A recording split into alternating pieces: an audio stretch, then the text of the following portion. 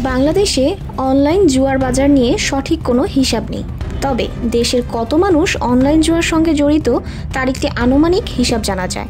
গত বছরের 24 জুন পর্যন্ত দেশের প্রায় 50 লাখ মানুষ অনলাইন জুয়ার সঙ্গে জড়িত।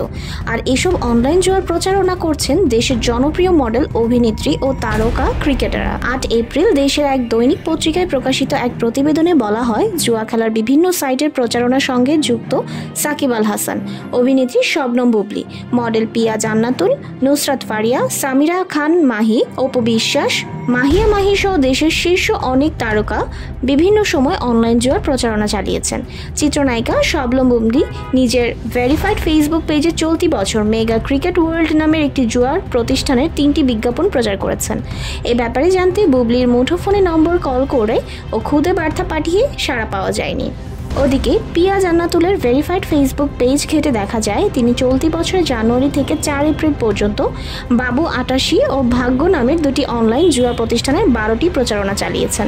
এ ব্যাপারে জানতে চেয়ে তাকে ফোন করা হলে কোনো কথা বলে ফোন রেখে দেন।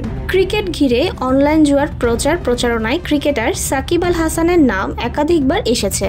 1,60,00,000 অনুসারী থাকা নিজের ভেরিফাইড ফেসবুক পেজে গত 22 মার্চ সাকিব 1xBet নামের অনলাইন জুয়ার প্রচারণা চালান। এর আগে 2022 সালে বেটউইনার নামের একটি অনলাইন জুয়া প্রতিষ্ঠানের অঙ্গ প্রতিষ্ঠান বেটউইনার নিউজের শুভেচ্ছা দূত হিসেবে চুক্তিবদ্ধ হয়েছিলেন তিনি। 2024 সালের ফেব্রুয়ারিতে 3 ইউটিউবারকে জুয়ার প্রচারণার অভিযোগে পুলিশ স্বপ্রণোদিত হয়ে মামলা করে গ্রেপ্তার করেছিল। তবে জুয়ার প্রচারণা চালিয়েও দেশের শীর্ষ তারকারা সবসময় ধরাছোঁয়ার বাইরে থেকে যাচ্ছেন।